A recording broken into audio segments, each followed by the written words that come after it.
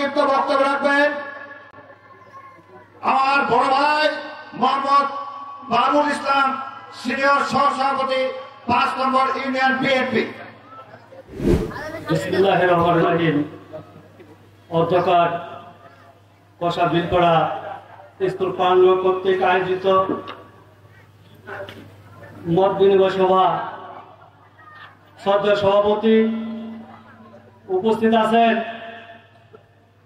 ঠাকুরগাঁও বার কাউন্সিলের সভাপতি উপস্থিত আছেন, 19 নং ইউনিয়ন বেগুনবাড়ি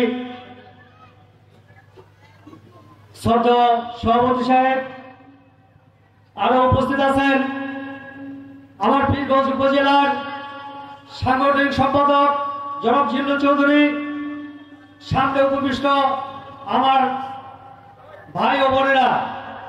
আসলে আজকে আমার বক্তব্য দেওয়ার কিছু নাই, এটি একটি মত বিনিময় সভা। আমরা আমাদের সামনে আসন্ন নির্বাচন অনুষ্ঠিত হতে যাচ্ছে। এই নির্বাচনে আমরা সকলে ঐক্যবদ্ধ হব।